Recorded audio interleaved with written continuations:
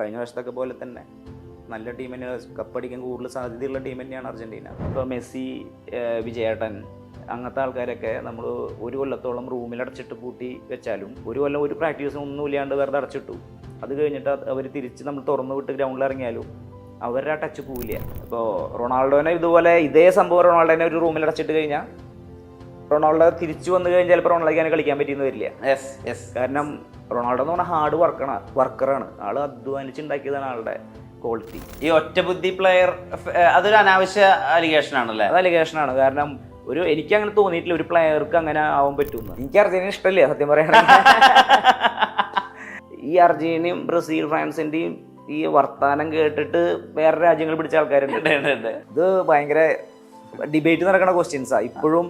Still എന്തുകൊണ്ടാണ് India ഇത്രയധികം വലിയ രാജ്യമായിട്ടും ഇത്രയധികം ഡെവലപ്മെൻറ്റ്സ് ഒക്കെ ഉണ്ടായിട്ട് എന്തുകൊണ്ട് ഇന്ത്യ വേൾഡ് കപ്പ് കളിക്കില്ല എന്ന് പറയണത്. ക്രിക്കറ്റ് നമുക്ക് അന്നത്തെ കാലത്ത് അഫോർഡബിൾ അല്ല. നമ്മുടെ സാമ്പത്തിക സ്ഥിതി ഒക്കെ വെച്ച് നോക്കുകയാണെങ്കിൽ ക്രിക്കറ്റിൽ വരാമെന്നുള്ള പരിപാടികൾ എളുപ്പമല്ല. നമുക്കത് വിഷമമൊന്നുമില്ല. എനിക്ക് ഒരു ജോലി സേഫായി, കളിച്ച് ജോലി കിട്ടി, സേഫായി. പക്ഷെ ഉള്ളിൽ ഇപ്പോഴും വിഷമമുണ്ട്. സന്തോഷ് ട്രോഫിയിൽ കേരള ടീമിനെ നയിച്ച മുൻ ക്യാപ്റ്റൻ വി സുർജിത്താണ് ചേരുന്നത്. കൃത്യമായ ടെക്നിക്കുകൾ കൊണ്ട്, സ്കില്ല് കൊണ്ട് ഫുട്ബോളിൽ കൃത്യമായി കളിച്ചിരുന്ന ഒരു പ്ലെയർ. അദ്ദേഹം ഫിഫ 2026 മൂവി വേൾഡ് മീഡിയ ഓൺലൈനോടൊപ്പം അനലൈസ് ചെയ്യുകയാണ്. നമസ്കാരം. നമസ്കാരം. എങ്ങനെയുണ്ട് ഫിഫ 2026? എല്ലാ പ്രാവശ്യത്തേക്കാളും വളരെ ഫാസ്റ്റാണ് ഇപ്പോഴത്തെ ഫിഫ വേൾഡ് കപ്പ് എന്ന് എനിക്ക് തോന്നുന്നത് പേഴ്സണലി. കാരണം ഒന്നുകൂടി സ്പീഡായി കളി. എല്ലാ രാജ്യത്തെ ടീമുകളിലും നമ്മുടെ വേൾഡിലെ നല്ല നല്ല നല്ല ടീമുകളിൽ കളിക്കുന്ന പ്ലേയേഴ്സ് കളിക്കുന്നുണ്ട്. അതുകൊണ്ട് തന്നെ ഒരു ടീമിനെ നമുക്ക് ചെറുതാക്കി കാണാൻ പറ്റില്ല. അപ്പം അതുകൊണ്ട് തന്നെ കളി വളരെ ഫാസ്റ്റാണ്, കണ്ടിരിക്കാൻ രസമുണ്ട് മുമ്പത്തേക്കാളും. ഈ 48 ടീം എന്നൊക്കെ പറയുമ്പോൾ അതിന്റെ ക്രൈറ്റീരിയ മൊത്തത്തിൽ മാറി മറിച്ചിരിക്കുകയാണല്ലോ. സ്ഥിരം ഫിഫയുടെ ഒരു ഫോർമാറ്റിലല്ല ഇപ്പൊ അതിന്റെ ക്രൈറ്റീരിയയും ആളുകൾ സെമിയിലേക്ക് എത്തുന്നതിന്റെ ഫോർമാറ്റ് ഒക്കെ മൊത്തത്തിൽ മാറിയിട്ട് ഇപ്പൊ കളികളുടെ എണ്ണം കൂടിയിട്ടുണ്ട്. എന്നാലും അത് കുറച്ചുകൂടി കോംപ്ലിക്കേറ്റഡ് ആയി അങ്ങനെ ഫീൽ ചെയ്യുന്നുണ്ടോ? കോംപ്ലിക്കേറ്റഡ് എന്ന് പറഞ്ഞാൽ കുറെ രാജ്യങ്ങൾക്ക് അവസരം കിട്ടും. ഇപ്പൊ നമ്മള് കേൾക്കാത്ത രാജ്യങ്ങളിൽ അവർ കളിക്കുന്നുണ്ട്. ഇപ്പോ നമ്മള് ഇതുവരെ പ്രതീക്ഷിക്കാത്ത അങ്ങനത്തെ രാജ്യങ്ങളുണ്ട്, വളരെ ചെറിയ രാജ്യങ്ങൾ വരെ. അപ്പൊ എനിക്ക് തോന്നുന്നത് ഇത് നമ്മൾ ഇന്ത്യക്കും ഭാവിയിൽ നല്ലതാണ്, നമുക്ക് കൂടി നല്ലൊരു ഓപ്പർച്യൂണിറ്റി ആണ്. എന്തുകൊണ്ടാണ് ബ്രസീലിൽ ഇപ്പോ ഒരു ബ്രസീൽ അറ്റ് ഇറ്റ്സ് പ്രൈം എന്നൊക്കെ പറയുന്ന ഒരു അവസ്ഥ ഉണ്ടല്ലോ, ഒരു റൊണാൾഡോ അല്ലെങ്കിൽ റൊണാൾഡീഞ്ഞോ, ആ അവസ്ഥ എന്തുകൊണ്ട് സംഭവിക്കുന്നില്ല? അതൊരു ആരാധകൻ എന്നുള്ള രീതിയിൽ അനലൈസ് ചെയ്യുന്നുണ്ടോ? ആ ലീഗ് ഓഫ് പ്ലെയേഴ്സ് വരുന്നില്ല. ഇപ്പൊ അവരുടെ തന്നെ ഫേവറേറ്റ് ഇപ്പൊ കരിയിലെ ഷോട്ടൊക്കെ പോലത്തെ ഷോട്ടുകൾ വരുന്നില്ല. ആ ഒരു ഏരിയ എന്താന്ന് അനലൈസ് ചെയ്യുന്നുണ്ടോ?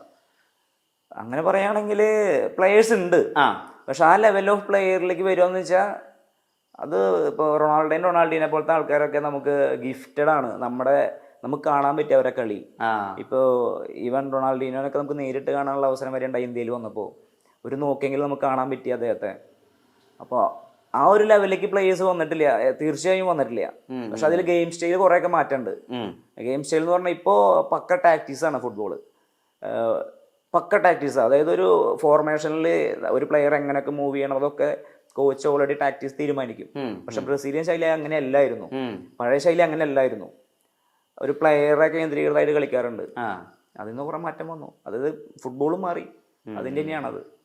ഇപ്പോൾ അർജന്റീനയിലേക്ക് വരികയാണെങ്കിൽ ഒരു അവസാനത്തെ ഒരു ലെജൻഡറി യാത്രയപ്പാണ് അവർ ഉദ്ദേശിക്കുന്നത്. ഇപ്പോൾ മെസ്സി ഒരു വട്ടം കൂടി കപ്പെടുത്തുകൊണ്ട് ഒന്നുകൂടി ഗോട്ടാവാൻ വേണ്ടിയിട്ടുള്ള ഒരു ശ്രമം നടക്കുന്നു അപ്പുറത്ത്. അതിനവർക്ക് സാധിക്കുമോ എന്നുള്ളൊരു കാര്യം ഉണ്ട് അപ്പുറത്ത്. പിന്നെ എപ്പോഴും ഫിഫയ്ക്ക് ഒരു പാരമ്പര്യം കൂടി ഉണ്ടല്ലോ, ഈ കപ്പെടുത്തവർ ആദ്യത്തെ റൗണ്ടിൽ പുറത്താവും എന്നുള്ളത്. നിലവിൽ അർജന്റീനയുടെ അവസ്ഥ എങ്ങനെയാണ്? മെസ്സിയുടെ പെർഫോമൻസിനെ എങ്ങനെയാണ് നോക്കിക്കാണുന്നത്? നമ്മളിപ്പോൾ ഈ ലെജൻഡറി ടീമുകളിൽ ഇപ്പോഴും നല്ല ടീം തന്നെയാണ് ഇപ്പോൾ അർജന്റീന ടീമിനെ അപേക്ഷിച്ച് ഏറ്റവും നല്ല ടീം തന്നെയാണ് അർജന്റീന. കഴിഞ്ഞ വർഷത്തെ ഏകദേശം എല്ലാ പ്ലേയേഴ്സും ഈക്വലും ഉണ്ട്. അതുപോലെ നിക്കോബാസ് പോലത്തെ പുതിയ പ്ലേയേഴ്സിൻ്റെ ഉദയം ഈ പ്രാവശ്യം ഉണ്ടാവും. അപ്പോൾ എല്ലാ കഴിഞ്ഞ വർഷത്തൊക്കെ പോലെ തന്നെ നല്ല ടീം തന്നെയാണ്, കപ്പടിക്കാൻ കൂടുതൽ സാധ്യതയുള്ള ടീം തന്നെയാണ് അർജന്റീന. അത് എസ്പെഷ്യലി മെസ്സിയുടെ സാന്നിധ്യം എന്ന് പറഞ്ഞാൽ ഒറ്റ പാസ് കൊണ്ട് തന്നെ ആ ടീമിനെ ഹൈപ്പ് ചെയ്യാനുള്ള പരിപാടിയൊക്കെ ആൾക്കുണ്ട്. ഇപ്പോൾ കഴിഞ്ഞ ഫ്രണ്ട്ലി മാച്ചിൽ തന്നെ നമ്മുടെ മാർട്ടിനസിന് കൊടുത്ത പാസ് ഉണ്ട് മെസ്സി ഇറങ്ങിയിട്ട്. സെക്കൻഡ് ഹാഫിലെ മെസ്സി ഇറങ്ങി, പക്ഷെ ഒരു ഇൻസൈഡിലേക്ക് ഒരു പാസ് കൊടുത്ത ലെഫ്റ്റ് ഉണ്ട്, നമുക്ക് അത് ചിന്തിക്കാൻ പറ്റില്ല. അതാണ് അത് ഈ ഗോട്ട് എന്നൊക്കെ പറയുമ്പോൾ എനിക്ക് എങ്ങനെ മനസ്സിലാവണില്ല. പക്ഷെ പ്ലെയറെ അപേക്ഷിച്ച് നമ്മളൊക്കെ അത് കാണുമ്പോൾ അത് ഒറ്റ പാസിൽ ആ കളിയുടെ ഗതി മാറ്റി. അപ്പം അങ്ങനത്തെ പരിപാടികളൊക്കെ മെസ്സിയുടെ കയ്യിൽ നിന്നുണ്ട്. കപ്പടിക്കാൻ ചാൻസ് ഉണ്ട്. പക്ഷെ നമ്മൾ തന്നെ അദ്ദേഹത്തെ എല്ലാ ഫോർമാറ്റിലും നമ്മുടെ അദ്ദേഹത്തെ കാണുന്നുണ്ട് എന്നുള്ളതാണ്. അതായത് കളർ ടി വി, നമ്മുടെ മലയാളം അതിന്റെ കമന്ററി വരുന്ന സമയത്ത്, അല്ലെങ്കിൽ ഇപ്പൊ മൊബൈലിൽ സ്ട്രീം ചെയ്യുമ്പോഴൊക്കെ മെസ്സി അവിടെ ഉണ്ട്. റെലവൻസ് ആയിട്ട് അദ്ദേഹത്തിന് എല്ലാ കാലത്തും അതിന്റെ പ്രാതിനിധ്യം കിട്ടുന്നുണ്ട്. അദ്ദേഹത്തിന് ഇപ്പോഴും ആ ആക്യുറസിയും ടെക്നിക്കും ഇപ്പൊ ചിപ്പ് ചെയ്യുമ്പോഴോ അല്ലെങ്കിൽ ഡ്രിബിൾ ചെയ്യുമ്പോഴൊക്കെ അത് എന്താണോ അദ്ദേഹം യങ് ആകുമ്പോൾ ചെയ്തത് അതൊക്കെ തന്നെ ഇപ്പോഴും അദ്ദേഹത്തിന് പറ്റുന്നുണ്ട് എന്നുള്ളതാണ്. എന്തായിരിക്കും അദ്ദേഹത്തിന്റെ ഈ ഒരു എത്ര കാലമായിട്ടും പുള്ളിയെ നിലനിർത്തുന്ന ആ ഒരു എലമെന്റ്, അത് എന്തായിരിക്കും ആ ഒരു ഫുട്ബോൾ അനലൈസർ എന്നുള്ള രീതിയിൽ മനസ്സിലായിട്ടുള്ളത്? മെസ്സിനെ പറ്റി പറയാം, നമ്മളിപ്പോൾ തമാശക്കായാലും ഇപ്പോൾ ഞാനിപ്പോൾ നമ്മുടെ ക്യാമ്പിൽ കുട്ടികളോട് പറയും, ഇപ്പോൾ മെസ്സി, വിജയേട്ടൻ അങ്ങനത്തെ ആൾക്കാരൊക്കെ നമ്മൾ ഒരു കൊല്ലത്തോളം റൂമിലടച്ചിട്ട് പൂട്ടി വെച്ചാലും ഒരു കൊല്ലം ഒരു പ്രാക്ടീസും ഒന്നും ഇല്ലാണ്ട് വെറുതെ അടച്ചിട്ടു. അത് കഴിഞ്ഞിട്ട് അവർ തിരിച്ച് നമ്മൾ തുറന്നു വിട്ട് ഗ്രൗണ്ടിൽ ഇറങ്ങിയാലും അവരുടെ ആ ടച്ച് പോവില്ല. അത് ഞാനിപ്പോഴും എൻ്റെ ക്യാമ്പിലെ കുട്ടികളോട് ഞാൻ പറയും. കാരണം ഇപ്പോൾ ഈ വിജയേട്ടൻ്റെ ഇപ്പോൾ സ്റ്റിൽ നമ്മളിപ്പോഴും ഇപ്പോൾ നമ്മുടെ ഈ മെസ്സി ആയാലും പെലെ ആയാലും എല്ലാതും വിജയേട്ടനാണ്. അതെ അതെ അതെ അതെ ഇപ്പോഴും വിജയേട്ടൻ ഇപ്പോൾ ഈവൻ ഈ പ്രായത്തിൽ ഒരു ഫ്രണ്ട്ലി മാച്ച്, നമ്മൾ ഈ വെറ്ററൻസ് മാച്ച് കളിക്കാൻ പോകും, അപ്പോഴും അദ്ദേഹത്തിൻ്റെ ഓരോ ടച്ചുകൾ നമുക്കുണ്ട് ശരിക്ക്. ഇപ്പോൾ അന്നത്തെ കാലത്ത്, ഇപ്പം ഈ കാലത്താണ് വിജയേട്ടൻ എന്നുണ്ടെങ്കിൽ നമ്മളെല്ലാവരും വേറെ ലെവലിലേക്ക്, അതായത് ഇപ്പോൾ സുനിൽ ഛേത്രീനെ നമ്മൾ കൊണ്ടാടുന്നുണ്ട്. അപ്പോൾ വിജയേട്ടൻ ഇപ്പോഴും ഈ ആ ലെവലിലേക്ക് ഇപ്പോഴും ആ സ്റ്റീൽ ആ ടച്ചുകളൊക്കെ കണ്ടു കഴിഞ്ഞാൽ അസാധ്യ ടച്ചുകളാണ്. അപ്പോൾ അങ്ങനത്തെ ആൾക്കാരൊക്കെ നമ്മുടെ ഉണ്ട്. അപ്പോൾ ഇവരെ അങ്ങനത്തെ ഒരു കമ്പാരിസൺ എനിക്ക് തോന്നുന്നില്ല ഇവർക്ക് വേണമെന്ന്. കാരണം ലെജൻഡറി ആണ്. ഇപ്പം ഞാനിത് എപ്പോഴും നമ്മുടെ ക്യാമ്പിൽ റൊണാൾഡോയുടെ കേസ് ഞാൻ കമ്പയർ ചെയ്യും. ഇപ്പോൾ റൊണാൾഡോനെ ഇതുപോലെ ഇതേ സംഭവം റൊണാൾഡോനെ ഒരു റൂമിൽ അടച്ചിട്ട് കഴിഞ്ഞാൽ റൊണാൾഡോ തിരിച്ചു വന്നു കഴിഞ്ഞാൽ ചിലപ്പോൾ റൊണാൾഡോയ്ക്ക് കളിക്കാൻ പറ്റിയെന്ന് വരില്ല. കാരണം റൊണാൾഡോ എന്ന് പറഞ്ഞാൽ ഹാർഡ് വർക്കറാണ്. ആൾ അധ്വാനിച്ചുണ്ടാക്കിയതാണ് ആളുടെ ക്വാളിറ്റി. ആളത് ഇപ്പോഴും സ്റ്റിൽ ആൾ ഒരു മിനിറ്റ് പോലും വെറുതെ ഇരിക്കില്ല. Still practice. അതായത് അധ്വാനിച്ചുണ്ടാക്കിയതാണ്. രണ്ട് ഡിഫറെന്റ് പരിപാടികൾ. നമ്മൾ ഇപ്പോൾ കമ്പാരിസൺ നടക്കുന്നുണ്ടല്ലോ, ഗോട്ട്. ഇവർ രണ്ടുപേരും ഡിഫറെന്റ് സ്റ്റൈലാണ്. എനിക്ക് രണ്ടുപേരും ഗോട്ടുകളാ. ഞാൻ നേരത്തെ പറഞ്ഞ പോലെ റൂമിന്റെ അടച്ചിട്ട കേസൊക്കെ ഇതാണ്. രണ്ട് വ്യത്യസ്ത, ഒരാൾ ഗിഫ്റ്റഡും ഒരാള് സെൽഫ് മെയ്ഡും ആണ്. അതെ, ഹാർഡ് വർക്കറാണ്. ആണ് വ്യത്യാസം. ആസ് എ ടീം പ്ലെയർ റൊണാൾഡോനെ എങ്ങനെയാ നോക്കിക്കാണുന്നത്? അതിപ്പോഴും കുറച്ച് ഡിബേറ്റ് ഉള്ള ഒരു ടോപ്പിക്കാണല്ലോ, Ronaldo as a team player എങ്ങനെ കളിക്കുന്നത്. റൊണാൾഡോനെ എനിക്ക് പോർച്ചുഗലിൽ കളിക്കുമ്പോൾ വാരിയറാണ് റൊണാൾഡോ. അതായത് ആവശ്യമുള്ള സമയങ്ങളിൽ റൊണാൾഡോയുടെ സംഭവം ചെയ്യും, സ്കില്ല് പുറത്തെടുക്കുന്നത്. കഴിഞ്ഞ വർഷം സ്പെയിനായിട്ടുള്ള കളി തന്നെ എക്സാമ്പിളാണ്. ആൾ ഒറ്റയ്ക്കാണ് ആ ടീമിനെ 3 ഗോള് വഴങ്ങിയിട്ട് 3 ഗോൾ അടിച്ച് ഹാട്രിക് അടിച്ച ടീമിനെ കൊണ്ടുവന്നത്. പക്ഷെ ആവശ്യം ആളെ എങ്ങനെ മാർട്ടിനസ്, അതായത് പോർച്ചുഗലിന്റെ കോച്ച് എങ്ങനെയാണ് തന്ത്രങ്ങൾ പ്ലേസ് ചെയ്യണേ എന്നുള്ള അനുസരിച്ചിരിക്കും. അത് റൊണാൾഡോയ്ക്ക് കൂടുതലും ഗോൾ അടിക്കാൻ കൂടുതൽ ചാൻസ് ക്രോസസ് അറ്റംപ്റ്റ് ചെയ്യുക, ത്രൂ ബോൾസ് അങ്ങനെയാണ് ഇപ്പൊ എടുക്കാൻ പറ്റുള്ളൂ. അല്ലാണ്ട് പഴയ പ്രതാപത്തിലേക്ക് ലൈജൊരു ഫാക്ടറാ. അപ്പോ എങ്ങനെ യൂസ് ചെയ്യണമെന്ന് നമുക്ക് നോക്കാം. ഈ ഒറ്റബുദ്ധി പ്ലെയർ അതൊരു അനാവശ്യ അലിഗേഷൻ ആണല്ലേ? അത് അലിഗേഷൻ ആണ്. കാരണം എനിക്ക് അങ്ങനെ തോന്നിയിട്ടില്ല ഒരു പ്ലെയർക്ക് അങ്ങനെ ആവാൻ പറ്റുമെന്ന്. അത് നമ്മളൊരു ടീമില് എന്തൊക്കെ പുറത്തത്തെ പ്രശ്നങ്ങളുണ്ടെങ്കിലും ഗ്രൗണ്ടിൽ ഇറങ്ങി കഴിഞ്ഞാൽ നമുക്ക് ഒറ്റയ്ക്ക് ഫുട്ബോൾ കളിക്കാൻ പറ്റില്ല. അതെ 11 പേരും ഒരേപോലെ വർക്ക് ചെയ്താലേ ടീം ഉണ്ടാവുള്ളൂ, ടീം റിസൾട്ട് ഉണ്ടാവുള്ളൂ. ഇപ്പോൾ റൊണാൾഡോ, ഇപ്പോൾ ഈ എക്സാമ്പിൾ പറയുകയാണെങ്കിൽ ഇപ്പോൾ റൊണാൾഡോ ഗോൾ അടിച്ചുകൊണ്ടിരിക്കുക, പക്ഷെ ഡിഫൻസ് ഗോൾ വഴങ്ങിക്കൊണ്ടിരിക്കുക. അപ്പോൾ അതിലൊന്നും നടത്തില്ല. അങ്ങനത്തെ അലിഗേഷൻസ് എനിക്കും കുറെ പേര് ഇങ്ങനെ ക്രിറ്റിസൈസ് ചെയ്യാറുണ്ട്, ഇപ്പോൾ വൺ മാൻ ഷോ അങ്ങനെ പരിപാടികൾ. പക്ഷെ എനിക്ക് അങ്ങനെ തോന്നിയിട്ടില്ല. കാരണം A to Z ആ ടീമിന്റെ എല്ലാവരും ഒരുമിച്ച് കളിച്ചാലേ ആ ടീമിന് റിസൾട്ട് ഉണ്ടാവുള്ളൂ. ഇപ്പോൾ നമുക്ക് ഇപ്പോൾ ഫ്രാൻസിലേക്ക് വരാം. എന്നാൽ പോലും ഒരിക്കലും ഇതിലേക്ക് വരാത്ത ഒരു വൺസ് ലെജൻഡറി ആയിട്ടുള്ള ഒരുപാട് ടീമുകൾ ഉണ്ടായിരുന്നല്ലോ. സേ ഇപ്പോൾ ഇറ്റലി, അവരൊക്കെ ഡിഫൻസിന്റെ പീക്കിൽ നിന്നിരുന്ന ആളുകളാണ്. അവരൊന്നും വേൾഡ് കപ്പ് കളിക്കുന്നില്ല. എന്താ അവർക്ക് പറ്റുന്നത് ശരിക്കും? ആ നേഷൻസിനൊക്കെ എന്താ പറ്റുന്നത്? ഇറ്റലീനെ പറ്റി ഇപ്പോഴും നമുക്ക് മനസ്സിലാവാത്ത കാര്യമാണ്. കാരണം ഇപ്പോഴത്തെ ടീം നോക്കുകയാണെങ്കിൽ, ഇറ്റലി ടീമിനെ വെച്ച് നോക്കുകയാണെങ്കിൽ ഡോണറൂമ പോലത്തെ ഒരു കീപ്പർ, ലോകത്തിലെ നമ്പർ 1 കീപ്പറിൽ ഒരാളാണ് ഡോണറൂമ. ലൈവിൽ കളിച്ചുകൊണ്ടിരിക്കണേൽ ബാസ്റ്റോണി പോലത്തെ ഡിഫൻഡേഴ്സ്, ഇങ്ങനത്തെ ഒരു ടീമുള്ളപ്പോൾ ആ ടീം ക്വാളിഫൈ ഇല്ല എന്ന് പറഞ്ഞപ്പോൾ നമുക്ക് വിശ്വസിക്കാൻ പറ്റുന്നില്ല. ഞാനിപ്പോൾ കഴിഞ്ഞ ദിവസമാണ് ഞാൻ അതിനെ പറ്റി ചിന്തിക്കണേ. ഇപ്പോൾ ഒരു 2000 എനിക്ക് തോന്നുന്നു 6 വേൾഡ് കപ്പ് അവർ ക്വാളിഫൈ ചെയ്തിട്ടില്ല. ക്വാളിഫൈ ചെയ്ത് ഫസ്റ്റ് റൗണ്ടിൽ അന്റോണിയോ കോണ്ടെ ഉള്ളപ്പോൾ ക്വാളിഫൈ ചെയ്തിട്ടുണ്ട്. പക്ഷേ ഫസ്റ്റ് റൗണ്ടിൽ പോയി. പക്ഷെ ആ ടീം ഇത്രയും താരനിബിഡമായ ടീം എന്തുകൊണ്ടാണ് ഇങ്ങനെ അടിപതറണതെന്ന് എനിക്ക് മനസ്സിലാവാറില്ല. ഈ കൊല്ലം തുടക്കത്തിലൊക്കെ നല്ല സ്റ്റാർട്ടായിരുന്നു ഇട്ടില്ലേ ക്വാളിഫൈ റൗണ്ടിൽ. പിന്നെ അവരിങ്ങനെ ഡ്രോകൾ കുറെ വന്നു. പിന്നെ ചില വിചാരിച്ച ചെറിയ ചെറിയ ടീമുകളോട് തോറ്റു. അത് ഈ പറഞ്ഞ പോലെ നേരത്തെ പോർച്ചുഗലിന്റെ സംഭവം പറഞ്ഞ പോലെയാ. ആ ടീം എന്ന രീതിയിൽ ആര് പെട്ടെന്ന് കോർത്തിണക്കണു ആ ടീം ആ റിസൾട്ട് ജയിക്കുള്ളൂ. അതുകൊണ്ടാണ് ഇപ്പോഴത്തെ അർജന്റീന, ഇപ്പൊ സ്കോലാനി അർജന്റീന വ്യത്യാസം അതാ. പണ്ട് അർജന്റീനയുടെ ഇപ്പൊ ഞാൻ ബ്രസീൽ ഫാൻ ആയെന്ന് പറഞ്ഞ ബ്രസീലിന്റെ കളി കണ്ടിട്ടാ. അന്ന് അർജന്റീനയുടെ കളി കണ്ടു കഴിഞ്ഞാൽ നമ്മൾ മാറഡോണയുടെ കളി ഒന്നും കണ്ടിട്ടില്ല. അപ്പൊ അങ്ങനത്തെ കളിക്കാരെ കണ്ടിട്ടില്ല. അപ്പൊ ഞാൻ കണ്ടുകൊണ്ടിരിക്കുമ്പോൾ മാറഡോണ അല്ല അന്നത്തെ ടീം അർജന്റീന എന്ന് പറഞ്ഞ ബാറ്റിസ്റ്റൂട്ടാണ്. അപ്പോ ടീം എന്ന രീതിയിൽ നമ്മളൊരു ടീം എന്ന് കാണുമ്പോ ഇതൊന്നുമില്ല കാണിക്കുന്നവര് അങ്ങനത്തെ ഒരു ചിന്താഗതി. പക്ഷെ നേരെ മറിച്ച് കാടൻ കളി അങ്ങനത്തെ ഒരു പരിപാടിയാ. അപ്പൊ പക്ഷെ ബ്രസീലിയൻസിന്റെ കളി എന്ന് പറയുമ്പോ നമുക്ക് ആ റൊട്ടേഷനും ശൈലിയൊക്കെ ഓട്ടോമാറ്റിക് അറിയാം, അവരുടെ താളൊക്കെ അങ്ങനെ ഇതായതാ. പക്ഷെ നേരെ മറിച്ച് ഇപ്പോ സ്കോലാനി വന്നു, അങ്ങനത്തെ പ്ലേയേഴ്സ് വന്നു. മെസ്സി മെസ്സിനെ മാത്രം നിങ്ങൾ എടുക്കരുത്. പക്ഷെ നമ്മുടെ ആ ടീമിലെ സബ്സ്റ്റിറ്റ്യൂഷൻ ബെഞ്ച് വരെ ഇനി ഇറങ്ങുന്ന പ്ലേയേഴ്സ് വരെ ഡബിൾ സ്ട്രോങ് ആ. ഇപ്പൊ നമ്മള് കഴിഞ്ഞ ഫ്രണ്ട്ലി മാച്ചിനുണ്ട്, ലാസ്റ്റ് ഫ്രണ്ട്ലി മാച്ചിൽ ജസ്റ്റ് അവരൊരു സെക്കൻഡ് ടീം പോലത്തെ ഒരു ടീം ഇറങ്ങിയേ.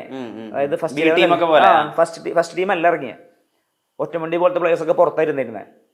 അപ്പൊ നമ്മൾ കളി കണ്ടുകൊണ്ടിരിക്കുമ്പോൾ ഒരു വ്യത്യാസമില്ല കളി. മെസ്സിയിൽ വന്നിട്ട് ഇമ്പാക്ട് ഉണ്ടാക്കേണ്ട കാര്യമില്ല, കാരണം ഓൾറെഡി ആ ടീം സെറ്റാ. പിന്നെ മെസ്സി വന്നു കഴിഞ്ഞാൽ മെസ്സിനെ പ്രൊട്ടക്ട് ചെയ്യാനുള്ള ആൾക്കാരെന്ന് പോലത്തെ കുറച്ച് പേരുണ്ടായില്ലേ. അപ്പോ എളുപ്പമല്ല. ചോദ്യം എന്തായിരുന്നു? എന്താണ് വലിയ പുറത്ത് ചില നാഷണൽസ് ഇപ്പൊ ഇറ്റലി പോലത്തെ നാഷണൽസിന് വരാൻ പറ്റാത്തതാണ് ചോദ്യം. പക്ഷെ പിന്നെ ടീമിനെ എങ്ങനെ ഫോം ചെയ്യുന്നതാണ് അൾട്ടിമേറ്റ്ലി മാറ്റർ ചെയ്യുന്നത്. ടീമാണ് മെയിൻ. നമ്മൾ എത്ര വലിയ പ്ലേയേഴ്സ് ഉണ്ടായാലും ആ ടീം എന്ന രീതിയിൽ കളിക്കണം. ഇപ്പൊ പണ്ടത്തെ നമ്മള് റയൽ മാഡ്രിഡിന്റെ കാര്യം പറയുകയാണെങ്കിൽ ലോകത്തിലെ വിലപിടിപ്പുള്ള താരങ്ങൾ കളിച്ച team Real Madrid. Ronaldo, Zidane, Figo. പക്ഷെ ഈ ടീം കളിച്ചുകൊണ്ടിരിക്കുമ്പോ ചാമ്പ്യൻസ് ലീഗ് അടിച്ചിട്ടില്ല. അപ്പോ താരങ്ങളല്ല പോയിന്റിന്റെ പേരിലൊക്കെ അടിച്ച താരങ്ങളല്ല പ്രധാനം. കളിക്കുമ്പോ എത്രയും പെട്ടെന്ന് ആ ടീമായി സെറ്റ് ആവണം എന്നുള്ളതാണ് മെയിൻ കാര്യം. അപ്പോ അങ്ങനത്തെ ടീമിനെ ജയിക്കുള്ളൂ. നമ്മള് ഇറ്റലിയുടെ ഞാൻ ഇപ്പോഴും ആ ഡൗൺഫോൾ ഭയങ്കര വേദനിപ്പിക്കുന്നത്. കാരണം ആ ടീമൊക്കെ നമ്മൾ ചെറുപ്പം മുതലേ ആ നീല ഡ്രസ്സ് നമ്മളതിനെ കണ്ടുകൊണ്ടിരിക്കുക, ജേഴ്സിയൊക്കെ. ഇപ്പോൾ മാൽഡീനി പോലത്തെ കളിക്കാർ. ഇപ്പോൾ ഞാനിപ്പോഴും നമ്മൾ ലൈവ് ഫുട്ബോളിൽ നിർത്തി. പക്ഷെ എന്നാലും ഇപ്പോഴും വീഡിയോസ് എടുത്ത് മാൽഡീനയുടെ ഡിഫെൻഡിങ് പരിപാടി കാണുമ്പോൾ ഇനി അങ്ങനത്തെ കളിക്കാരുണ്ടാവുമെന്ന് സംശയം. അപ്പം അങ്ങനത്തെ ഒരു ടീമില്ല എന്ന് പറയുമ്പോൾ പിന്നെ ഇറ്റലിക്കാരുടെ വാശി എന്ന് പറഞ്ഞാൽ പ്രത്യേക വാശി. ബോൾ ടാക്കിൾ ചെയ്തിട്ട് അവരുടെ ആ സാധനം നമുക്ക് കാണാൻ പറ്റില്ല. അപ്പം ഭയങ്കര ഫോളാണ്. നമുക്ക് അതിശയമാണ്. എന്തുകൊണ്ടാന്ന് പറഞ്ഞാൽ ഒന്നും അറിയില്ല. കാരണം ഇപ്പോൾ ലാസ്റ്റ് ചാൻസ് ആണ് ഗട്ടൂസായിരുന്നു കോച്ച്. അയാൾ ആ ടീമിനെ ഭയങ്കരമായിട്ട് കൊണ്ടുവന്നു, ഭയങ്കര സെറ്റായി കൊണ്ടുവന്നു. ലാസ്റ്റ് ആ പ്ലേ ഓഫ് മാച്ചിൽ തോറ്റു. അത് ഷോക്കിംഗ് ആയി. ഞാൻ ലൈവ് കാണാൻ പറ്റിയില്ല കളി. നമ്മൾ എന്തായാലും ജയിക്കുന്നു വിചാരിച്ചത്, കാരണം അമ്മാതിരി ഫോമിലാണ് കളിച്ചിരുന്നത്. ഈ ലാസ്റ്റ് പ്ലേ ഓഫ് അത് സിമ്പിളായി ജയിക്കും, ഇത്രത്തെ ടീം കളിക്കണല്ലേ. പിറ്റൂസ് നോക്കിയപ്പോൾ തോറ്റു. അപ്പോൾ ഇറ്റലിയുടെ കാര്യം ചിന്തിക്കാൻ പറ്റില്ല. ഫ്രാൻസ് ഈ കഴിഞ്ഞ വേൾഡ് കപ്പിൽ എന്താണോ നഷ്ടമായത് തിരിച്ചു പിടിക്കും ആ ഒരു വാശിയിലാണ്. പിന്നെ അവിടെ മെസ്സി ഉണ്ട്, ഇവിടെ എംബാപ്പെ ഉണ്ട്. അതെങ്ങനെയാ നോക്കിക്കാണുന്നത്? അവര് തമ്മിൽ ഒരു ക്ലാഷ് അത് ഭയങ്കര ലെജൻഡറി ആയിരിക്കും. ലെജൻഡറി വേൾഡ് കപ്പിൽ എല്ലാ കളിയും ലെജൻഡറിയാ. ഫ്രാൻസിന്റെ ഇപ്പൊ പറഞ്ഞ പോലെ ഈ ഫ്രാൻസിന്റെ പ്ലെയേഴ്സ് ഇങ്ങനെ ഉദയം ചെയ്യണത് നമ്മളിപ്പോ ഒലീസ എന്ന് പറഞ്ഞ പ്ലെയർ വന്നു. ഇപ്പൊ നമ്മള് ഒലീസ ഇംഗ്ലീഷ് പ്രീമിയർ ലീഗിൽ ക്രിസ്റ്റൽ പാലസിന് കളിച്ചുകൊണ്ടിരിക്കുന്ന പ്ലെയർ ആയിരുന്നു. അപ്പോഴൊന്നും നമ്മൾ ആ ലെവലിൽ ചിന്തിക്കണില്ല. ഭയങ്കര പ്ലെയറാണ്, പക്ഷെ ആ ലെവലിൽ, അതായത് ഈ എംബാപ്പയുടെ ലെവലിലൊക്കെ വരും അങ്ങനത്തെ ഒരു പ്ലെയർ, അല്ലെങ്കിൽ ആ പ്ലെയർ ഇപ്പോൾ എംബാപ്പ പുറത്തിരുന്നാലും ആ ടീമിനെ ഹെഡ് ചെയ്ത് കൊണ്ടുപോകാൻ പറ്റുന്ന ഒരു പ്ലെയർ ഉണ്ടാവും നമുക്കറിയണ്ടായിരുന്നില്ല. നേരെ ഈ കൊല്ലം ഓഫറിൽ ബയേണിൽ പോയി.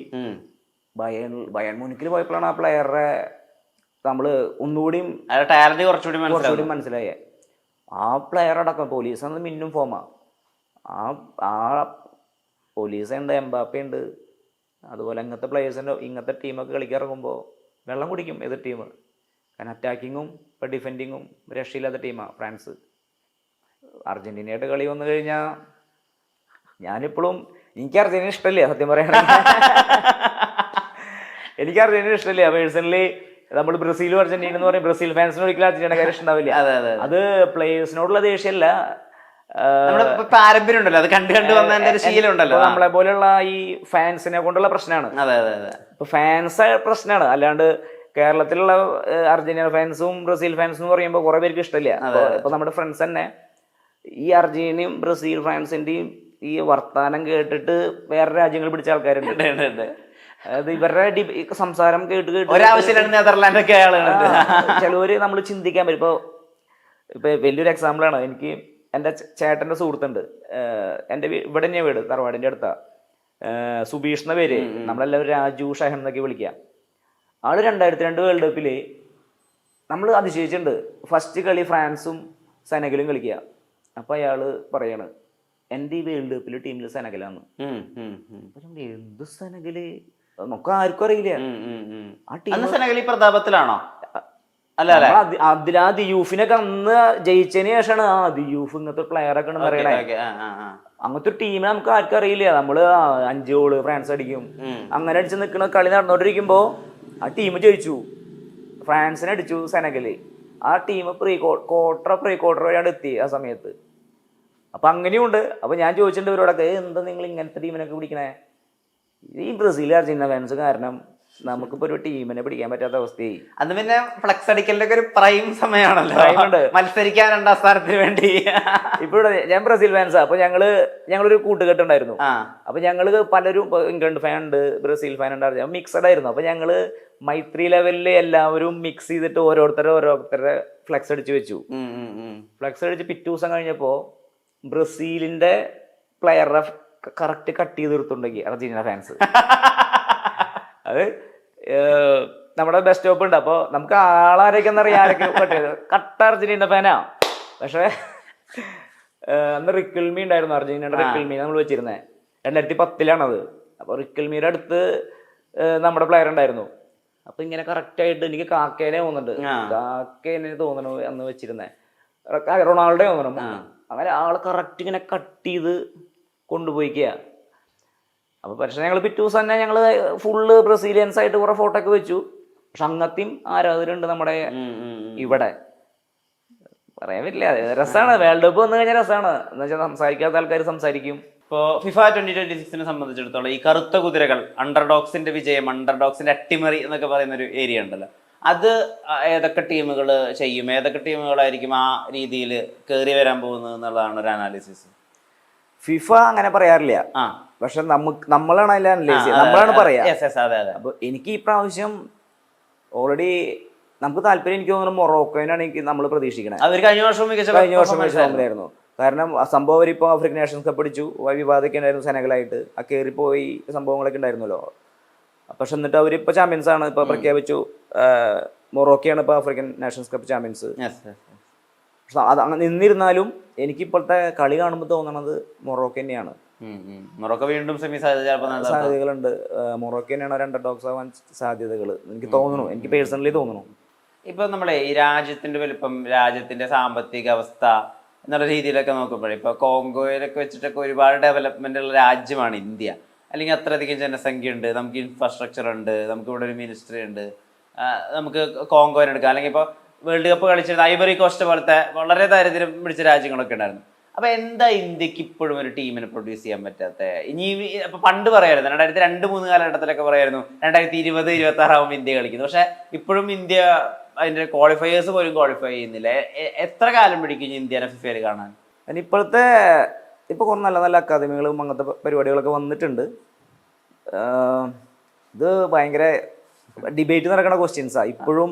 സ്റ്റിൽ എന്തുകൊണ്ടാണ് ഇന്ത്യ ഇത്രയധികം വലിയ രാജ്യമായിട്ടും ഇത്രയധികം ഡെവലപ്മെൻറ്റ്സ് ഒക്കെ ഉണ്ടായിട്ട് എന്തുകൊണ്ട് ഇന്ത്യ വേൾഡ് കപ്പ് കളിക്കില്ല എന്ന് പറയണത് നമുക്ക് ഒരുപാട് ചർച്ച ചെയ്ത വിഷയമാണ്, ഇനി ചർച്ച ചെയ്യേണ്ട വിഷയമാണ്.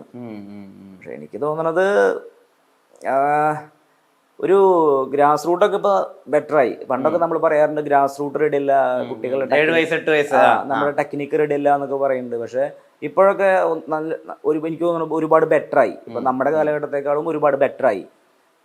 നമുക്കൊരു യൂത്ത് ലെവലില് കളികൾ കുറവാ കുട്ടികൾക്ക്. അതായത് ഇപ്പൊ ജൂനിയർ യൂത്ത് ലെവല് ടൂർണമെന്റ്സ് 14, 15, 16 അതെ സബ് ജൂനിയർ ലെവലിലൊക്കെ ഉണ്ട്. പക്ഷെ ഫോറിൻ കൺട്രീസിലൊക്കെ, അതായത് ഇപ്പോൾ ഇംഗ്ലണ്ട് പോലത്തെ രാജ്യങ്ങളിലൊക്കെ എനിക്കൊരു സീസണിൽ തന്നെ ഒരു കുട്ടി ഒഫീഷ്യൽ മാച്ചസ്, എനിക്ക് തോന്നുന്നത് 20 മാച്ചിനൊക്കെ കൂടുതൽ ഒഫീഷ്യൽ മാച്ചസ് കളിക്കുന്നുണ്ട്. അത്രയധികം മാച്ച് എക്സ്പീരിയൻസ് ആ പ്രായത്തിൽ തന്നെ അവർക്ക് കിട്ടുന്നുണ്ട്.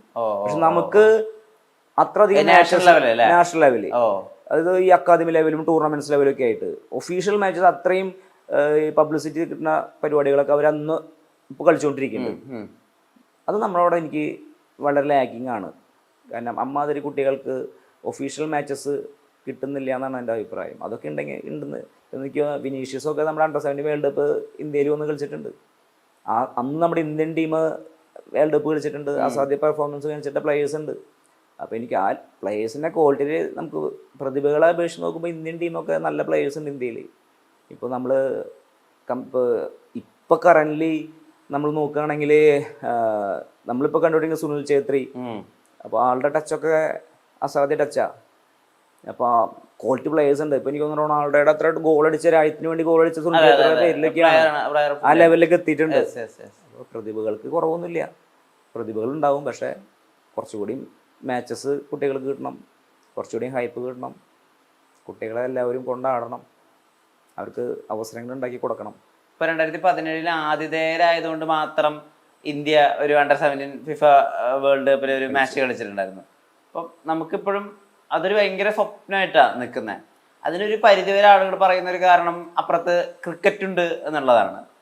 അപ്പം ഞാൻ അതിൻ്റെ ഒരു ബേസിസിൽ തന്നെ ചോദിച്ചോട്ടെ, ഇപ്പം എപ്പോഴെങ്കിലും ഇപ്പം ഈ സഞ്ജു സാംസണൊക്കെ കിട്ടുന്ന ഈ സെലിബ്രിറ്റി സ്റ്റാറ്റസ്, അപ്പം അദ്ദേഹം രഞ്ജി ട്രോഫി കളിക്കുന്ന സമയത്തെ സ്റ്റാർ ആയിരുന്നല്ലോ, അല്ലെങ്കിൽ നമ്മുടെ ശ്രീശാന്തിന് കിട്ടുന്ന സ്റ്റാറ്റസ്, ഇത് കണ്ടിട്ട് ലൈഫിൽ എപ്പോഴെങ്കിലും ഫുട്ബോൾ വേണ്ടിയിരുന്നില്ല, ക്രിക്കറ്റ് മതിയായിരുന്നു? അതായത് ഇപ്പം നമ്മൾ നോക്കുമ്പോൾ കേരളത്തെ നയിച്ച ആളാണ്, അല്ലെങ്കിൽ ഇന്ത്യയിലെ പല പ്രധാനപ്പെട്ട പ്ലേയേഴ്സുമായിട്ട് സംസാരിക്കാൻ പറ്റിയിട്ടുണ്ട്, അല്ലെങ്കിൽ അവരായിട്ട് ഇടപഴകിയിട്ടുണ്ട്, പല പ്രധാനപ്പെട്ട ലീഗുകളിലും ഭാഗമാണ്. അപ്പം ഫുട്ബോൾ വേണ്ട, ക്രിക്കറ്റ് മതിയായിരുന്നു, അങ്ങനെയാണെങ്കിൽ ഞാൻ കുറച്ചുകൂടി ഫെയിം ആയാനെ, അല്ലെങ്കിൽ കുറച്ചുകൂടി സാധ്യതകൾ കിട്ടിയാൽ, കുറച്ചുകൂടി പണം ഉണ്ടായാലും, കുറച്ചുകൂടി സൗകര്യങ്ങൾ ഉണ്ടായാലും, അങ്ങനെ എപ്പോഴെങ്കിലും തോന്നിയിട്ടുണ്ടോ? അങ്ങനെ തോന്നിയിട്ട് കാര്യമില്ലല്ലോ. അപ്പോൾ സംഭവം ഞാൻ പണ്ട് നമ്മുടെ നാട്ടിലൊക്കെ എല്ലാ കളിയും കളിക്കും എല്ലാവരും. ഇപ്പോൾ ഒരുവിധം എല്ലാവർക്കും എല്ലാ കളിയും അറിയാം. ഫുട്ബോൾ അറിയാം, ക്രിക്കറ്റ് അറിയാം. ഈവൻ എൻ്റെ ചെറുപ്പത്തിലൊക്കെ നമ്മുടെ ഏരിയയിലൊക്കെ ഹോക്കി വരെ കളിച്ചിട്ടുണ്ട്. ഹോക്കി വരെ കളിക്കാറുണ്ട്. ഓരോ സീസണുകളാണ്. എല്ലാവർക്കും അത്യാവശ്യം എല്ലാ കളി അറിയാം. എല്ലാ കോളേജ് ടീമിലും ഹോക്കി ടീമും ഉണ്ടായിരുന്നു. അപ്പോൾ നമ്മൾ വീടിൻ്റെ അടുത്തുള്ള നാടൻ പരിപാടികൾ എല്ലാ കളികളും കളിച്ചിട്ടുണ്ട്. വോളിബോൾ ഉണ്ടായിരുന്നു, പക്ഷെ ഞാൻ അത് കളിച്ചിട്ടില്ല. അപ്പോൾ എൻ്റെ സമയത്ത് ഞാൻ കൂടുതലും ക്രിക്കറ്റും ഫുട്ബോളൊക്കെ തന്നെ കളിച്ചിരുന്നത്. പിന്നെ അപ്രതീക്ഷിതമായിട്ടാണ് നമ്മുടെ ഒരു ഡെന്നി മാഷ് വഴി ഒരു അവസരം കിട്ടിയത്. ഇങ്ങനെ സെലക്ഷനും ഫുട്ബോളിൽ കളിച്ചു തുടങ്ങിയപ്പോൾ പിന്നെ അത് തലക്കടിച്ചു. അങ്ങനെ പിന്നെ ഫുട്ബോൾ മാത്രമേ ഉള്ളൂ ഉറക്കത്തിലും ഫുട്ബോൾ. പിന്നെ ഫാമിലി ഭയങ്കര സപ്പോർട്ടീവ് ആയിരുന്നു. പക്ഷെ എന്തോ ഒരു ഭാഗ്യം കൊണ്ട് ഫുട്ബോളിൽ എത്തിയതാണ്. പക്ഷെ നേരെ മറിച്ച് ക്രിക്കറ്റിലേക്ക് കയറാൻ പറ്റുമെന്ന് വിഷമമൊന്നുമില്ല. കാരണം ക്രിക്കറ്റ് എന്ന് പറഞ്ഞാൽ നമുക്ക് അഫോർഡബിൾ ആയിരിക്കണം. ക്രിക്കറ്റ് നമുക്ക് അന്നത്തെ കാലത്ത് അഫോർഡബിൾ അല്ല. നമ്മുടെ സാമ്പത്തിക സ്ഥിതിയും ഒക്കെ വെച്ച് നോക്കുകയാണെങ്കിൽ ക്രിക്കറ്റിൽ വരാമെന്നുള്ള പരിപാടികൾ എളുപ്പമല്ല. നമുക്കത് വിഷമമൊന്നുമില്ല. ഫുട്ബോൾ ഹാപ്പിയാണ്. നമ്മൾ ഇപ്പോഴും ഫുട്ബോളാണ് പ്രയോറിറ്റി. ഫുട്ബോളറായിട്ട് തന്നെ നിൽക്കണം. അതെല്ലാവർക്കും അങ്ങനെ തന്നെ ആയിരിക്കും. പക്ഷെ ഇന്നിപ്പോൾ ഫുട്ബോളിനെയൊക്കെ സംബന്ധിച്ചിട്ട് അവർക്കിപ്പോൾ ഒന്ന് ഡയറ്റീഷ്യൻ ഉണ്ട്, ഗെയിം അനലൈസർ ഉണ്ട്, മറ്റേ മെഡിക്കൽ ടീമുണ്ട്, സ്ട്രാറ്റജി പ്ലാനേഴ്സ് ഉണ്ട്. ഇപ്പോൾ സന്തോഷ് ട്രോഫിക്കൊക്കെ വേണ്ടി കളിക്കുന്ന സമയത്ത് ഇപ്പോൾ നേരത്തെ നമ്മൾ സംസാരിക്കുമ്പോൾ 1000 രൂപയുടെ ഒറ്റമുറിയും ചോറും പരിപ്പ് കറിയൊക്കെ ആയിരുന്നു. പരിപ്പായിരുന്നു ഏറ്റവും വലിയ പ്രോട്ടീൻ എന്നൊക്കെ പറയുമ്പോൾ ആ സമയത്ത് കുറച്ചുകൂടി കെയർ കിട്ടിയിരുന്നെങ്കിൽ കുറച്ചുകൂടി ലോഞ്ചിവിറ്റി, കുറച്ചുകൂടി കാലം, കുറച്ചുകൂടി നല്ല എന്താ പറയുക ടൈം, കുറച്ചുകൂടി നല്ല ക്വാളിറ്റി ഗെയിം ഉണ്ടാക്കാൻ പറ്റുമോ? അങ്ങനെയൊക്കെ ഫീൽ ചെയ്തിട്ടുണ്ടോ? ഇല്ല, എനിക്ക് അന്നത്തെ കാലത്ത് നമുക്ക് അന്ന് കിട്ടാവുന്ന ഏറ്റവും നല്ല ഫെസിലിറ്റി അസോസിയേഷൻ തന്നിട്ടുണ്ട്. കാരണം അന്നത്തെ അസോസിയേഷന്റെ കുഴപ്പം കൊണ്ടല്ല കേട്ടോ, ഇത് മൊത്തത്തിലുള്ള സിസ്റ്റത്തിൽ തന്നെ ഫുട്ബോളിന് ഇമ്പോർട്ടൻസ് കുറയുന്നതുകൊണ്ടാണല്ലോ സംഭവിക്കുക. അതെ. പക്ഷെ നമുക്ക് നമ്മുടെ കേരള ഫുട്ബോൾ അനുസരിച്ച് അപേക്ഷിച്ച് നോക്കുകയാണെങ്കിൽ കേരള ഫുട്ബോൾ ഒരുപാട് സപ്പോർട്ടീവാണ് നമുക്ക്. കാരണം എനിക്ക് തോന്നുന്നത് ഇന്ത്യൻ ഫുട്ബോളിൽ തന്നെ ഒരുപാട് പ്ലേയേഴ്സിനെ സംഭാവന ചെയ്തത് Kerala football association, north east ഭാഗം ഒരുപാട് പ്ലേയേഴ്സിനെ അവർ പറ്റാവുന്ന മാക്സിമം ഫെസിലിറ്റി നമുക്ക് തന്നിട്ടുണ്ട്. ഇപ്പോൾ അന്നത്തെ കാലത്ത് അതിനുള്ള കപ്പാസിറ്റി ഉള്ളൂ, നമുക്ക് അതിനുള്ള ഫണ്ടുള്ളൂ. ഇന്ത്യൻ ഫുട്ബോളിൽ അങ്ങനത്തെ ഫണ്ടുള്ളൂ. പക്ഷെ എന്നാലും നമുക്ക് കിട്ടാവുന്ന രീതിയിൽ ഏറ്റവും നല്ല ഫുഡ്, ഏറ്റവും നല്ല താമസം, കിട്ടാവുന്ന രീതിയിൽ അന്നത്തെ ഏറ്റവും ബെസ്റ്റ് നമുക്ക് കിട്ടിയിട്ടുണ്ട്. പിന്നെന്ന് പറഞ്ഞാൽ ഇപ്പോൾ ക്വസ്റ്റ്യൻ എന്തായിരുന്നു? അതെ, കുറച്ചുകൂടി സൗകര്യങ്ങൾ കിട്ടിയിരുന്നെന്ന് ആഗ്രഹിച്ചിട്ടുണ്ടോ? ഇപ്പൊ നമ്മളിപ്പോ നോക്കുമ്പോ ഈ റൊണാൾഡീനൊക്കെ അന്നത്തെ ഏറ്റവും വലിയ നൈക്കിന്റെ ജാക്കറ്റ് ഒക്കെ ഇട്ട് മാച്ചിൽ അങ്ങോട്ടും ഇങ്ങോട്ടും ഓടുന്നു. അവരുടെ അന്നത്തെ ആക്സസറീസ്, അവരുടെ കാർസ്, അവരുടെ റിച്ച് ജീവിതം, ഇതൊക്കെ ESPN-ലൊക്കെ കാണിക്കുകയൊക്കെ ചെയ്യല. അതൊക്കെ കാണുമ്പോൾ ഒരു ഫാസിനേഷൻ തോന്നിയിട്ടുണ്ടോ? പിന്നെ നമ്മൾ സ്വപ്നത്തിൽ നമ്മൾ അങ്ങനെ ആഗ്രഹിക്കും, അല്ലെങ്കിൽ നമ്മൾ ഒറ്റയ്ക്ക് ഇരിക്കുമ്പോൾ ഞാൻ ഇങ്ങനെ പോകണു, ഇങ്ങനെ കളിക്കണു, അങ്ങനെ കളിക്കണു, അതൊക്കെ നമുക്ക് ഓൾറെഡി ഉണ്ടാവും. നമുക്കൊരു മാനേജർ അതെല്ലാം ഉണ്ടായിരിക്കും. പക്ഷെ അന്നത്തെ കാലത്ത് നമുക്ക് അതിനുള്ള വഴികൾ അറിയില്ല. നമ്മൾ ഓൾറെഡി ഗ്രാമത്തിൽ നിന്നാണ് വരണേ. അപ്പോൾ എങ്ങനെയൊക്കെ പോകണം ഒന്നറിയില്ല. അവിചാരിതമായിട്ടാണ് ഇതിലൊക്കെ വന്ന് പെട്ടേ. അപ്പോൾ പക്ഷെ കുറേ പേരൊക്കെ നമുക്ക് ഇതിനെപ്പറ്റി പറഞ്ഞു തന്നിട്ടുണ്ട്. അപ്പോൾ നമുക്കന്ന് കിട്ടാവുന്ന രീതിയിൽ ഏറ്റവും മാക്സിമം ആണ് ഇത് കിട്ടുമെന്ന് വിചാരിക്കണു, ഞാൻ പ്രതീക്ഷിക്കണു. ഇതിൻ്റെ മേലെ എനിക്ക് പോകാൻ പറ്റുമെന്ന് എനിക്ക് അറിയണ്ടായിരുന്നില്ല. പക്ഷെ ഇപ്പോഴത്തെ കാലത്തെ ഇപ്പോഴാണെങ്കിൽ നമുക്ക് ഒന്നുകൂടിയും ഫുട്ബോളിന് എല്ലാവരും വിസിബിലിറ്റി ഉണ്ട്. ഇപ്പോൾ ഈവൻ ഒരു സ്കൂൾ ലെവൽ ടൂർണമെന്റ് വരെ നമുക്ക് സോഷ്യൽ മീഡിയയിൽ നിന്ന് കാണാനുള്ള സെറ്റപ്പിൽ സ്ട്രീമിംഗ് സൗകര്യം വന്നു. അപ്പോൾ ഇപ്പോഴത്തെ കാലത്ത് നോക്കുകയാണെങ്കിൽ ഇപ്പൊ എന്നെ എത്ര പേർക്ക് അറിയുന്നവരെ എനിക്കറിയില്ല. ഇപ്പൊ ഞാനിപ്പോ ഒരു വീഡിയോ ഇപ്പൊ എന്നോട് കുറെ പേര് ഇങ്ങനെ ഓരോ ആശംസ വീഡിയോസ് അയക്കാൻ പറയും. അപ്പോൾ ഞാൻ ഇൻട്രൊഡ്യൂസ് ചെയ്യണം, ഞാൻ വി സുർജിത്ത്, മുൻ Santhosh trophy football team captain എന്ന് ഞാൻ തന്നെ ഇൻട്രൊഡ്യൂസ് ചെയ്യണം. അറിയില്ല, അതുണ്ടാവും. ഇപ്പോൾ അത് ഭയങ്കര വിഷമമാണ്. കാരണം പറഞ്ഞാൽ നമ്മളറിയില്ലായിരിക്കും. അത് ഇവരെ തെറ്റല്ല, അന്നത്തെ കാലത്ത് അതിനുള്ള ഇതുള്ളൂ. അപ്പോൾ ഞാനിപ്പോൾ ഞാൻ വീഡിയോ പറയൽ കുറേ നിർത്തി. എന്ന് പറഞ്ഞാൽ ഇത് പറയാന്ന് പറഞ്ഞാൽ ഞാൻ തന്നെ എന്നെ തന്നെ പൊക്കി പറയണം എന്നുള്ള ലെവലിൽ വർത്തമാനത്തിലേക്ക് വന്നു തുടങ്ങി. ഇപ്പോൾ ഞാൻ പരിപാടി നിർത്തിയപ്പോൾ ഞാൻ പൊതുവേ എല്ലാ പരിപാടികൾക്കും അറ്റൻഡ് ചെയ്യണ ഒന്നും നോ പറയാത്ത ആളാണ്. എല്ലാ പരിപാടിക്കും പോയിട്ട് ഇപ്പം എന്നെ വിളിച്ചു കഴിഞ്ഞാൽ നമ്മൾ ആരും വിഷമിപ്പിക്കില്ല, എല്ലാ പരിപാടിക്കും പോകും. ഇപ്പം ഞാൻ അങ്ങനെ പോകാറില്ല. കാരണം എവിടെ പോയാലും കുട്ടികൾക്ക് നമ്മൾ അറിയില്ല, ഇപ്പോൾ തലമുറയ്ക്ക് അറിയില്ല.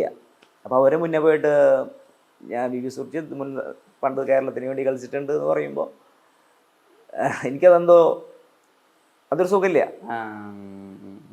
പക്ഷെ കുഴപ്പമില്ല, നമുക്ക് കിട്ടിയ ടീമുകളൊക്കെ അടിപൊളിയായിരുന്നു, നമ്മുടെ സീനിയർ പ്ലേയേഴ്സൊക്കെ. ഇപ്പോൾ നമ്മളിപ്പോൾ തൃശ്ശൂർ ജില്ലയിലെ അരിമ്പ് പഞ്ചായത്ത്. ഇപ്പം ഇവിടെ എൻ്റെ ചെറുപ്പത്തിൽ തന്നെ ഇഷ്ടം പോലെ കളിക്കാരുണ്ട്. പക്ഷെ ആരും പുറമേക്ക് പോയിട്ടില്ല. തൃശ്ശൂർ പുറത്തേക്ക് പോയില്ല. ഈവൻ എനിക്ക് തോന്നുന്നത് ഡിസ്ട്രിക്ട് കളിച്ച പ്ലേയേഴ്സ് തന്നെ വളരെ 1-2 പേരൊക്കെ ഉണ്ടായിരുന്നുള്ളൂ. അപ്പോൾ അതിൽ നിന്നാണ് ഞാൻ ഇതൊക്കെ കളിക്കാൻ പറ്റിയത്, എനിക്ക് ഇതെങ്കിലും കളിക്കാൻ പറ്റിയ. അപ്പോൾ അങ്ങനെ നോക്കുമ്പോൾ എനിക്ക് ഒരു ജോലി സേഫായി, കളിച്ച് ജോലി കിട്ടി, സേഫായി. പക്ഷെ ഉള്ളിൽ ഇപ്പോഴും വിഷമമുണ്ട്. കാരണം എനിക്ക് ആ സമയത്ത് എനിക്ക് 2 ഓപ്പർച്യൂണിറ്റി വന്നത്. ഞാൻ ഐ ലീഗ്, ഇന്ത്യൻ ലീഗ് വിഭാഗങ്ങളിലേക്ക് കളിച്ചുകൊണ്ടിരിക്കുമ്പോൾ അപ്പോഴാണ് എനിക്ക് ബോർഡിൽ LCT ബോർഡിൽ ജോലി കിട്ടണേ. അപ്പോൾ ആ ലീഗ് കളിച്ചുകൊണ്ടിരിക്കുമ്പോൾ എനിക്ക് ഓഫർ ഉണ്ടായിരുന്നു 1-2 ക്ലബ്ബുകളിൽ, ഐ ലീഗ് കളിച്ചുകൊണ്ടിരിക്കുന്ന ക്ലബ്ബുകളിലേക്ക്. അപ്പോൾ നമുക്ക് ഏതെടുക്കണം എന്നുള്ളൊരു കൺഫ്യൂഷനായി. കാരണം എന്ന് പറഞ്ഞാൽ അന്നത്തെ കാലത്ത് ഈ ISL പോലത്തെ പരിപാടികളില്ല, പ്ലേയേഴ്സിന് മാക്സിമം ഫണ്ടും ഇല്ല. അപ്പോൾ നമ്മളാണെങ്കിൽ ഒരു ചെറിയൊരു ഫാമിലി. അന്ന് നമുക്ക് നമ്മുടെ ഇഷ്ടപ്പെട്ട കോച്ചുണ്ട്, ബിനു ജോർജ് എന്ന് പറഞ്ഞിട്ട്, ഈസ്റ്റ് ബംഗാളിൻ്റെ ടെക്നിക്കൽ ഡയറക്ടറൊക്കെയാണ്. അപ്പോൾ അദ്ദേഹം അസിസ്റ്റന്റ് കോച്ചായിരുന്നു വിഭാഗങ്ങളുടെ. അപ്പോൾ അദ്ദേഹം പറഞ്ഞു, നീ ജോലി ചൂസ് ചെയ്യല്ലേ, നീ കളിക്കാൻ പോ, പ്രൊഫഷണൽ കളിക്ക്, നിനക്ക് ഓപ്പർച്യൂണിറ്റി ഉണ്ട്. പക്ഷെ അന്ന് നമ്മളെ അപേക്ഷിച്ച് റൂറലല്ല, ചെറിയൊരു ഫാമിലിയാണ്. അച്ഛൻ കൂലിപ്പണിക്കാരനാണ്, ചേട്ടന്മാർക്ക് അന്ന് ആ ലെവലിൽ സെറ്റായിട്ടില്ല. നമ്മളെ അപേക്ഷിച്ച് നോക്കുമ്പോൾ ഒരു ഗവൺമെൻറ് ജോലി നിൽക്കണു. അപ്പോൾ പിന്നെ നിവൃത്തിയില്ലാണ്ട് മനസ്സോടെ ജോലി ചൂസ് ചെയ്തു. പിന്നെ അതൊരു ഇപ്പോഴും ഉള്ളിൽ നിൽക്കുന്നുണ്ട്, ഇനിയും കുറച്ചുകൂടിയും കളിക്കായിരുന്നു എന്നുള്ളൊരു സംഭവം. ക്ലിക്കാവില്ല നമുക്കറിയില്ല, പക്ഷെ ആഗ്രഹം ഉണ്ടായിരുന്നു. ചിലപ്പോൾ ഒരു കോച്ചായിട്ടായിരിക്കും ചിലപ്പോൾ സഫലീകരിക്കാൻ പോകുന്നുണ്ടാവുക. നമുക്ക് എല്ലാത്തിനും കുറേ സമയം വേണം ഇതിനൊക്കെ. ഇപ്പോൾ കോച്ച് എന്ന രീതിയിൽ ശോഭിക്കാൻ പറ്റും, പക്ഷെ അതിന് നമ്മൾ കുറേ ടൈം സ്പെൻഡ് ചെയ്തിട്ട് കുറേ പരിപാടികളുണ്ട്. ഞാൻ അത്രയ്ക്ക് ആയോന്ന് എനിക്കറിയില്ല. നമ്മളിപ്പോഴും സ്റ്റിൽ ലേണിംഗ് ആണ്. ഇത് അവസാനിക്കുന്ന സംഭവമല്ല, ഇത് എന്നും പുതിയ കാര്യങ്ങളാണ്. പക്ഷെ ഞാനൊരു ഫുട്ബോളറാന്ന് പറയുമ്പോൾ സന്തോഷമുണ്ട്. എന്നാലും ഈ സംഭാഷണം നമുക്ക് തുടരേണ്ടതുണ്ട്. ഞങ്ങൾ ഇനിയും ഫിഫയിൽ ഒരു പ്രധാനപ്പെട്ട എന്തെങ്കിലും സംഭവം വരുമ്പോൾ സുധീറിൻ്റെ അടുത്തേക്ക് വരേണ്ടതുണ്ടാവും. അപ്പോൾ നമുക്ക് സംഭാഷണം തുടരാം. And beautiful analysis. എൻ്റെ ഒരു ചൈൽഡ്ഹുഡ് ഹീറോ ആണ് നിങ്ങൾ, ഞങ്ങളുടെ ഈ അരിമ്പൂരിൻ്റെ. അപ്പോൾ അത് കുറച്ച് പേരിലേക്കെങ്കിലും എത്തട്ടെ. ആൻഡ് അതിൽ എനിക്ക് വലിയ സന്തോഷമുണ്ട്. നേരത്തിന് ഒരുപാട് നന്ദി. നമസ്കാരം. വളരെയധികം സന്തോഷം. കാരണം എനിക്ക് ഇങ്ങനെ കേൾക്കാൻ വളരെ ഇഷ്ടമുള്ള ആളാണ്. സംസാരിക്കുന്ന ആൾക്കാരെ അവരെ കേൾക്കാൻ ഭയങ്കര ഇഷ്ടമാണ്. അപ്പോൾ ഞാൻ വിഷ്ണുവിൻ്റെ ഇങ്ങനെ അഭിമുഖങ്ങളൊക്കെ ഇങ്ങനെ കാണാറുണ്ട്, ഓരോ ഇൻ്റർവ്യൂസൊക്കെ ഇങ്ങനെ കാണാറുണ്ട്. അപ്പോൾ ഞാനും മുമ്പ് അറിയണ്ടായിരുന്നില്ല അരിമ്പൂരുകാരനാന്ന് അറിയണ്ടായിരുന്നില്ല. പിന്നെ ഞാൻ ഇങ്ങനെ നമ്മുടെ സുഹൃത്തുക്കളോടൊക്കെ സംസാരിക്കുമ്പോൾ അവർ പറയും നമ്മുടെ അരിമ്പൂരുകാരനാന്ന് പറയും. അപ്പോഴാണ് ഞാൻ അരിമ്പൂരുകാരനാ. അപ്പോൾ വിഷ്ണു വന്നതിൽ വളരെ സന്തോഷം. Thank you. എല്ലാവരോടും താങ്ക് യു. Thank you.